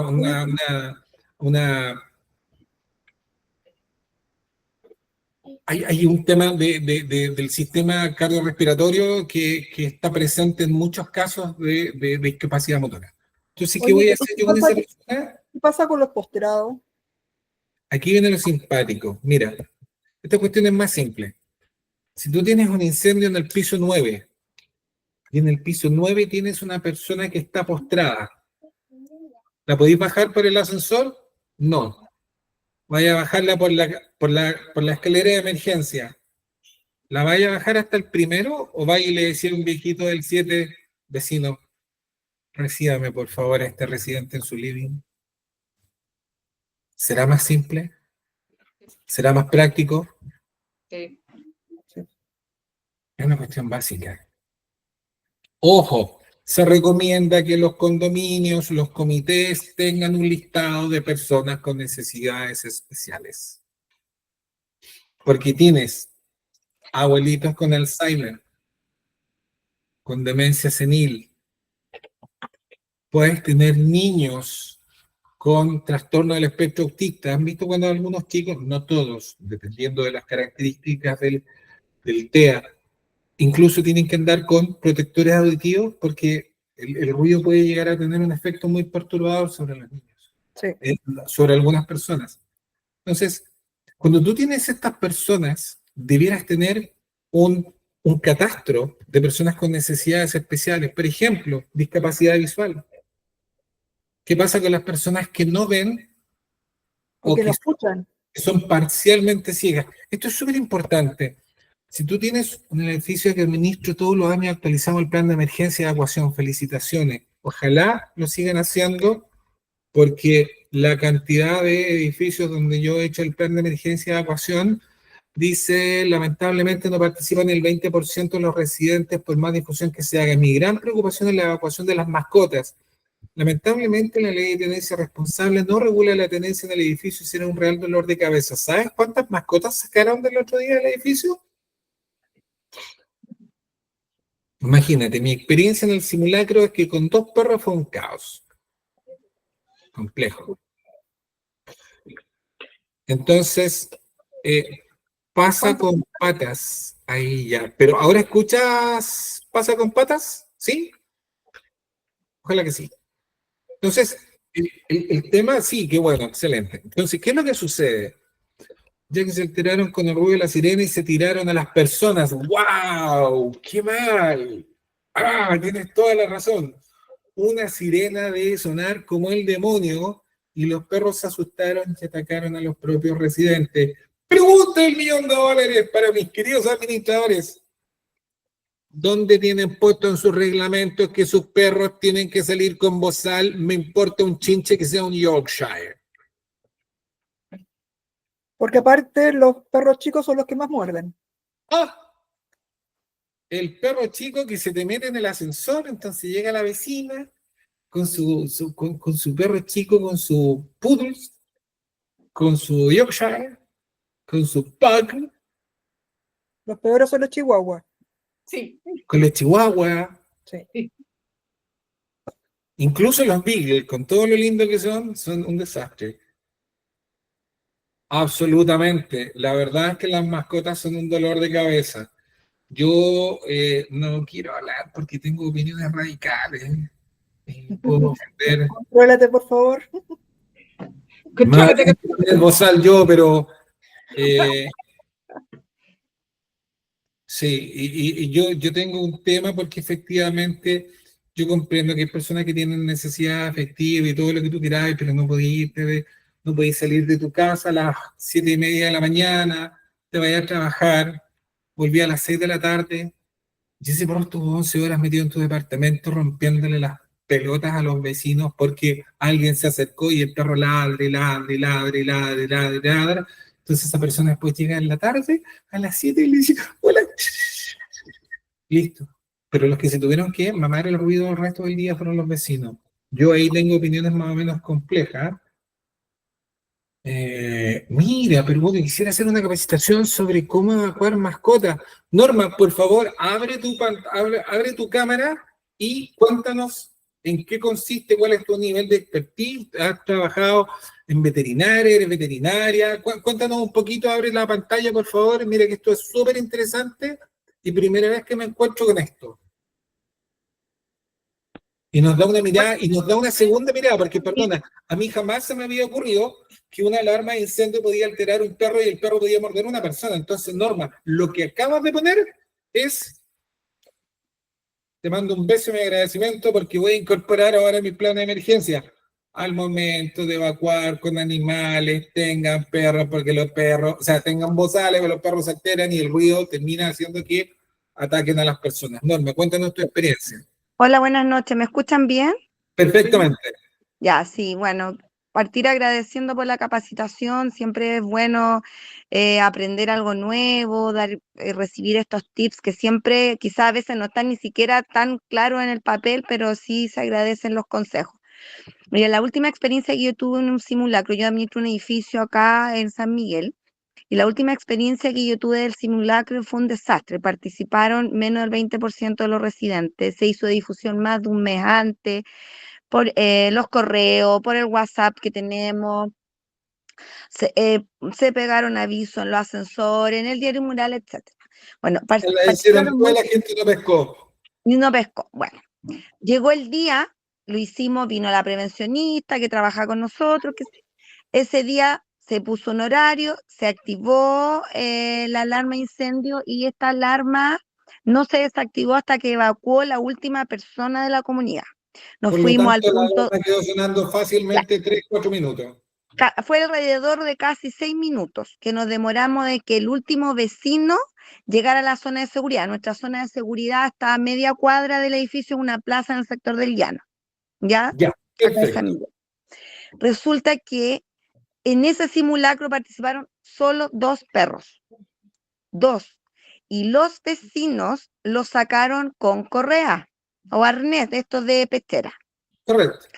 Y aún así, con el ruido de la alarma que suena muy fuerte y de verdad que estresa incluso a nosotros que estábamos los más controlados, uno de los perros estaba alterado, de tamaño medio el perro. Y iban bajando por la escalera, los vecinos tranquilos porque era una evacuación planificada, y se le tira al vecino que iba adelante y le toma el polerón. Bueno, ella trata de tomarlo en brazos, qué sé yo, y ahí se genera una mini discusión. Y lo mismo pasó con otro perro que lo tomaron en brazos y estaba tan descontrolado que no tenían la fuerza, y era un perro chico, de contener. Entonces ahí yo me di cuenta que esto es un dramón, porque la ley de tenencia de mascotas dejó fuera a los edificios. O sea, nosotros acá no tenemos, la ley Cholito no nos prohíbe tener una cantidad máxima de mascotas por departamento. Lo único que regula, por lo que yo me he interiorizado, es que tengan una tenencia responsable, ¿cierto?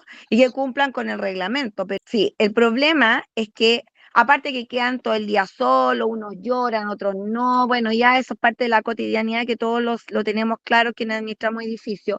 Y de repente los mismos vecinos terminan peleando porque se encuentran en el ascensor y afuera. Uno de los grandes problemas que a mí me ha generado son las puertas de las cabinas de los ascensores. porque la cantidad de pelo que sacamos casi a diario es tremenda y estos pelos se atrapan en los patines de las puertas, la puerta se enchueca y ahí hace otro dolor de cabeza. Pero a mí me preocupa una evacuación real, una emergencia donde tengamos que evacuar sí o sí todo el edificio. Y ahí, hoy, Yo tuviera que incluso darle un consejo a la gente, le diría, trata de nunca evacuar. claro, el Pensando punto en es tu que piso, no evacúes. claro, mientras van la gente evacuando, la correa del perro es más larga, el otro vecino se va a tropezar, se va a caer, el gato se desespera, la señora no encontró el arnés o la bolsa o la caja del gato, el perro. La jaula, Entonces, claro. la jaula. Yo lo conversé con una veterinaria y la veterinaria también quedó así como me dijo, ¿sabes qué? Nunca lo había pensado. Y me dijo, es muy difícil poder, porque tú es lo mismo, tengamos todo un kit de emergencia en la puerta del departamento de la casa, ni el 10% de la gente lo hace. O sea, que alguien que tenga el arnés, que tenga la caja, que tenga el bolso, va a ser difícil y la gente va a salir arrancando con la mascota en brazo y con el ruido, el estrés de los... O sea, yo me lo imagino y a lo mejor yo puedo ser muy alarmista, pero me imagino que esto va a ser un caos. Y lamentablemente eso no está legislado. Yo incluso lo hablé con unos concejales acá de la comuna, pero la verdad es que esto no Mira, prosperó más a allá. mí me pasó, tú sabes que la Metropolitana Sur de Bomberos, Sí, no voy a entrar en detalles porque tengo mm, tan grande e inmenso cariño por los bomberos de este país, que no voy a hablar de lo que pasa con la comandancia de la es un Sur. dolor de cabeza para nosotros los administradores de acá. Quiero decirle que es un dolor de cabeza la Metropolitana Sur. El punto es que yo quería mencionar que incluso para ellos el tema de las mascotas está resuelto. Porque cuando vino para acá el inspector y yo conversé y hablé esta situación con él, quedó así como, bueno, es que criterio, la ley Cholito, o sea, imagínate con lo estricto que son ellos de la Metropolitana Sur, aún así ellos tampoco tienen un protocolo detallado, definido, no tienen claro qué pasa con el tema de las mascotas. Y volví Mira, al tema de las mascotas, disculpe, porque por ahí partió mi intervención, pero era, ¿qué hacemos? O sea, es más, incluso anduve preguntando por un veterinario, pero que tuviera experiencia en esto. y te voy a contar otra anécdota del terror. ¿Alguien de ustedes durante la pandemia abría las manillas de las puertas con la suela del zapato? No, Mucha gente acá. yo no conozco a Apretaban nadie, hasta los botones de los ascensores con los pies. ya, yo no conozco a nadie que abra la puerta del departamento con el pie porque tiene que poner una llave. Esta sinvergüenzura que fueron los pediluvios Sí, durante la pandemia, que llenaron, ojo, el hago más corta, hasta el Minsal habló de los pediluvios. Po. mm, Y no vamos a hablar del túnel de Joaquín Lavín con,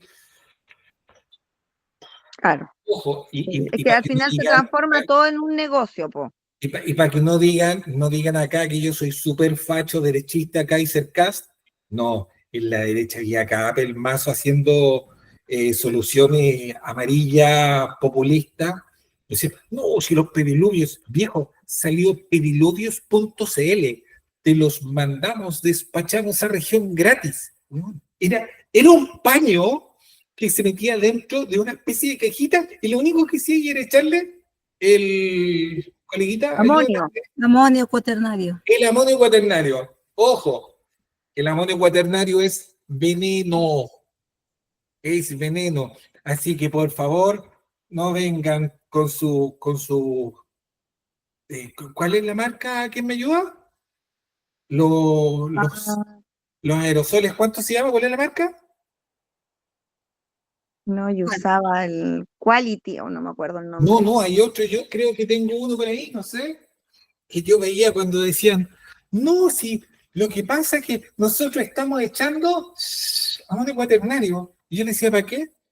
Para matar los microbios, vieja, si los microbios no pueden vivir en el aire. Viven en la superficie, te estás matando tú, si la amonía cuaternaria es veneno. O sea, es que la gente no piensa. Ok, terminamos. Ya, bueno, les dejo por si de pronto ustedes Sí.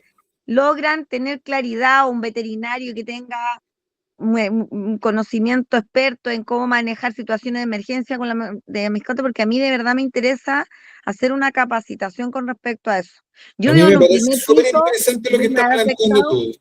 pero creo que es importante porque la cantidad de accidentes o problemas que podemos tener, incluso nosotros mismos viviendo en un edificio, podemos tener problemas con el perro del vecino. Entonces, lo dejo ahí para que podamos compartir. Norma, en el grupo, perdón, quiero decir en el chat, yo dejé mi Sí, se lo acabo de teléfono ver. y el correo para que cualquier consulta nos llames a mí o a Yasna, que es el otro puntal del equipo de APES Sí, para ver el tema del plan de emergencia, ¿ok? sí, pero quería Cerramos la plantear, exposición. claro, Dime, quería pero plantear nos esa quedan 2 inquietud láminas para que, más. claro, Dime. no, que te digo, quería solo plantear esa inquietud para que nos quede dando vuelta en la cabeza y ver cómo podemos trabajar entre nosotros ese asunto. Absolutamente, Norma. Yo te recojo la invitación y como tengo algunos buenos amigos veterinarios, voy a ver qué puedo recabar por ahí porque algo podemos hacer. ¿Ok? Perfecto, listo, Un gracias. gusto, seguimos en contacto. Las dos Oye, últimas Domingo, láminas. Domingo, una consulta. ¿Cuánto se supone que debería demorarse bomberos en dar la aprobación del plan de emergencia y evacuación? A ver, lo que pasa es que, por ejemplo, cuando tú le mandáis una carta al cuerpo bombero, el cuerpo bombero de Santiago lo que hace es revisártelo. Y te puedo mostrar las cartas que dicen, sí, el plan de emergencia cuenta con los estándares mínimos. Aquí viene el problema.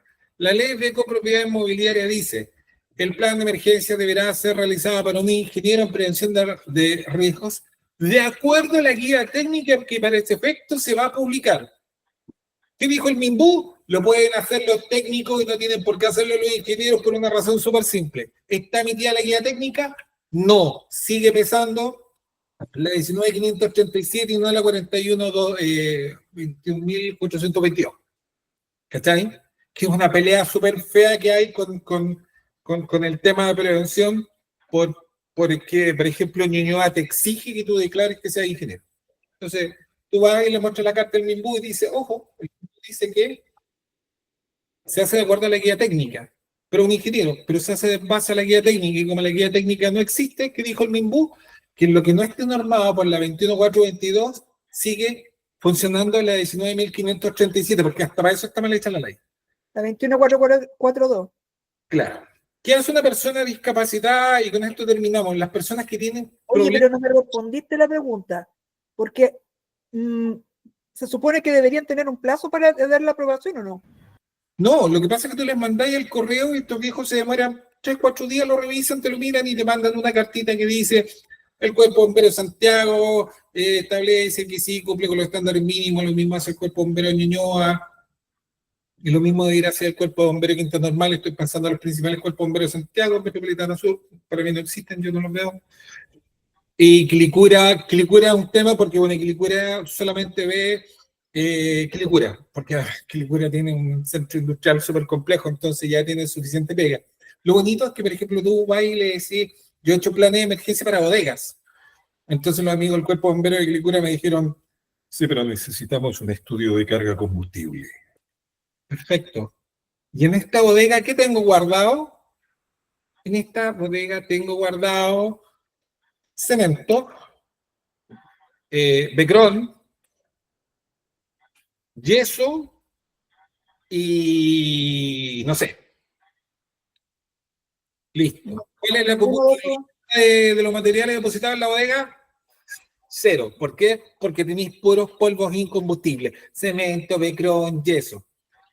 Este viejito sale, deja de arrendar la bodega y llega un chino que me trae esmalte de uña, removedor de uña, barniz de uña, no sé, laca para el pelo, 20.000 maquillajes, y tenéis una bodega que tiene ahora una carga de combustible de 500 veces lo que tenía una semana atrás. ¿Para qué me pedí un estudio de carga de combustible si el estudio de carga de combustible es una foto que es eso, es una foto, es un fotograma en una línea del tiempo? Entonces, de verdad que ahí también hay un tema súper delicado respecto de cómo los bomberos hacen su planificación. O sea, hay... Y por eso que yo tengo un amigo mío, un querido amigo que dice, sí, los bomberos son bomberos, pero no son prevencionistas. Ojo, ahora por lo menos en Maipú, los que van a ver las cargas de combustible y ver las bodegas son prevencionistas. Sí. En una ocasión, me parece que tú tuviste que ver el tema del plan de emergencia. Sí, el plan de emergencia para la bodega de sustancias peligrosas. Correcto. Sí, sí, me acuerdo. Tengo mucho que así nos conocimos. Y fue, Efectivamente. y fue que fueron los bomberos a revisar la bodega y me hicieron todo el esquema y las mejoras en realidad. Y después de ese día que participando del grupo de 5.000 prevencionistas que había en Santiago, y fue con donde nos conocimos con la colega Martínez. Así que, y hoy día me honra siendo parte del equipo de este pequeño y humilde servidor que está aquí tratando de hacer que los condominios funcionen mucho mejor, porque yo hace 10 años atrás fui conserje de edificio, entonces conozco la historia por dentro. No me van a contar historia. Yo el año 2000 y 2010, hace 15 años atrás, cuando fue el terremoto, yo era conserje. Por eso que después cuando terminé, bueno, estudié prevención después, de que una parte importante de mi trabajo, todo lo que son los edificios, porque conozco las dos caras de la medalla. Terminamos, sí, esa era la última lámina. Efectivamente. Entonces, señores, gracias por su tiempo. Tenemos una tremenda tarea. Yo creo que hemos hablado un montón de cosas. No puede ser que nuestros mayordomos pregunten, ¿qué es una red inerte? Domingo, ¿quién Dime. sería una persona idónea para hacerle una capacitación a mayordomo o a conserje con respecto a uso de extintores o a lo que estábamos hablando en general? La dama que nos acompaña ahí, de las tres que tienen su cámara abierta, Yasna y yo, pues si nosotros somos prevencionistas, los prevencionistas somos los que nos especializamos en eso. Ya, pero eso sería para la parte de evacuación, de cómo deberían funcionar en ese minuto, ya. Y para la parte de, por ejemplo, primero auxilio o ahí lo que podía hacer tú como empleador, podías gestionarlo con la mutual, pues. Oye, sáquenle el jugo a la mutual, los viejos de la mutual no pescan nunca los condominios. Sí, porque la mayoría de las capacitaciones de primer auxilio lo hace una enfermera. De hecho, la norma te dice que tiene que ser una persona con formación profesional en el área de la salud. Ya, perfecto. Y la otra consulta sería, o acotación, que vendría siendo más que nada un resumen.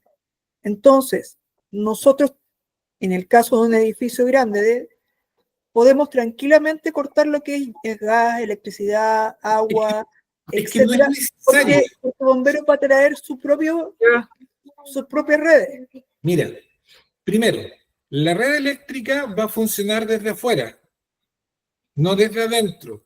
Yo no voy a decirle al vecino del piso 8, ábrame la puerta porque necesito conectar un ventilador o una iluminación. Lo hago desde la red inerte que está alimentada desde afuera con el generador del carro de bomberos. Primero. Segundo, quienes van a ver el proceso de la evacuación generalmente van a ser los bomberos. O sea, nosotros, el deber de los conserjes es ir y decirle, ¿sabe qué? Este edificio que tiene una torre, que en realidad son dos torres, porque a mí me pasó, o sea, yo vi esta cuestión, pasó en Las Condes, tenía un edificio que tenía forma de L. ¿Cachai? Eran dos torres. Imaginemos que lo estamos mirando desde la azotea. Tenía esta torre que estaba por esta calle y esta por la avenida. Entonces el incendio fue aquí. Y llegaron los bomberos y le metieron agua a la red seca para acá, pensando que de ahí salía una red que alimentaba este edificio y este edificio. Pero los bomberos no sabían que los departamentos no estaban comunicados salvo por el primer piso, porque en realidad eran dos torres, estoy mirándola desde arriba. Entonces, tú tenías la torre que está aquí en la avenida, más la otra que da para acá, que estaba por la calle perpendicular. Pero en realidad son dos edificios distintos. No están comunicados los pasillos. El departamento que está en este rincón no está comunicado con el que está en este otro rincón. Entonces, ¿qué pasó? Los bomberos empezaron a meter agua por la red seca, que estaba afuera del edificio, y no cacharon que el otro edificio tenía otra toma de red seca. Eso es lo que tiene que saber el conserje. ¿Dónde están las tomas de red seca? ¿Dónde está la toma de la red inerte? ¿Cuáles son las personas con necesidades de apoyo distinto para la evacuación? Yo debiera saber que la señora del 904 tiene Alzheimer. Entonces, Ahí tengo que apoyar. los conserjes tienen que brindar toda la información que requieren los bomberos, Sí, los diferentes, idealmente. ayudar con toda la parte de corte de la energía. Mira, yo creo que es poco probable que se necesite hacer un corte de energía. Generalmente, Facilitar la labor entonces del bombero y de los residentes. claro, lo que pasa es que si realmente es necesario hacer un corte de energía, ojo, acuérdate que no saquéis nada con cortar la energía, porque la energía es de los espacios comunes. ¿Y qué salida eléctrica tenía en los espacios comunes en la ampolleta? A lo más. Pero tú vas, el caché es que se desenergiza el departamento. Ojo, los magnéticos saltan por el calor que se genera dentro de la red y no necesariamente por el calor externo. No, sí, es un temazo, por eso que cuando yo llego, debo inmediatamente atacar a los switches y bajar los switches para poder meterle agua con tranquilidad. ¿Es probable que pudieran bajar solos? Sí, pero el magnético actúa por el calor de la red, no por el calor externo. Ojo con ese detalle. ¿Cachai? Entonces, bueno, hay hartas cosas que hacer. A mí lo que más me interesa es que, por favor, capaciten a sus conserjes, capaciten a sus mayordomos. No puede ser que yo le diga al mayordomo, mire, se nos está quemando la sala de basura, y salga el mayordomo con el extintor que está en la sala eléctrica e intente apagar el fuego de un tacho con un CO2, porque el CO2 no apaga sólidos. Para eso tienes el PQS. Entonces tú le preguntas al mayordomo, ¿qué diferencia hay entre este extintor y este otro extintor? Ah, no, es que este tiene el poto redondo y es más pesado. Claro, porque es CO2 y está con mucha más presión, por lo tanto tiene que ser de metal mucho más grueso. La presión que tiene al interior de un tarro que tiene nitrógeno es totalmente distinta del que tiene uno CO2, porque el nitrógeno está utilizado como vehículo. Es decir, tú tienes un tarro de polvo químico seco con una cantidad de nitrógeno que es un gas inerte. El aire que nosotros respiramos tiene 80% de nitrógeno. Respirar nitrógeno no nos va a matar. El aire tiene 80% de nitrógeno. Eso tiene nitrógeno a alta presión y tiene un polvo químico adentro que es el que va a salir proyectado cuando se libere la presión y salga el nitrógeno y arrastre el polvo. Pero cuando tenéis CO2, lo que tienes es un gas. Y lo que genera el cese de la combustión es el gas, pero el desplazamiento del oxígeno. Para que tú tengas combustión necesitas tener oxígeno. El oxígeno es el comburente. Cuando tú aplicas CO2, lo que haces es que el CO2 desplaza el oxígeno. Y al desplazarse el oxígeno, no hay combustión. Cesa la combustión por una cuestión que se llama... Ayúdame, Yarna. Aquí. Cuando la combustión cesa por falta de oxígeno, ¿eso se llama sofocación? Sofocación. Sí, por sofocación. Y lo sofocas por falta de oxígeno. Para que tú tengas fuego necesitas tres cosas. Un material combustible, necesitas calor y necesitas oxígeno. Cuando eliminas el oxígeno, eliminas uno de los tres elementos de la combustión. Ahora nos podemos meter en el tetraedro, qué sé yo, Reacción en cadena. Claro, pero eso ya es un tema muy técnico que ya a nadie le interesa, que tiene que ver con la reacción en cadena. Pero sí, es súper importante. Y por favor, si alguno de ustedes tiene que ver el extintor, péguenme una llamadita. Yo me he encontrado con casas atrapadas vendiendo extintores que están rellenos de talco. Norma, un gusto y seguimos en contacto. Yo también nos vamos a despedir, porque en realidad después nosotros casi que terminamos haciendo una sobremesa. Norma, espero tu llamada, tienes mi correo y tienes mi teléfono, ¿ya? Eso. ¿Qué más, mi querida Marisol? ¿Te quedaste piola? ¿Te muteaste, chiquitita? Me quedo con que esta charla está muy buena. Se agradece mucho la participación. Hoy día realmente tuvimos mucha más participación de los asistentes, a pesar de que no fuimos muchos, pero participaron mucho más que en otras charlas, así que se agradece. Un gusto. Muchas gracias a todos por participar. Muchas gracias, Domingo, por la charla. Estuvo súper buena, súper completa.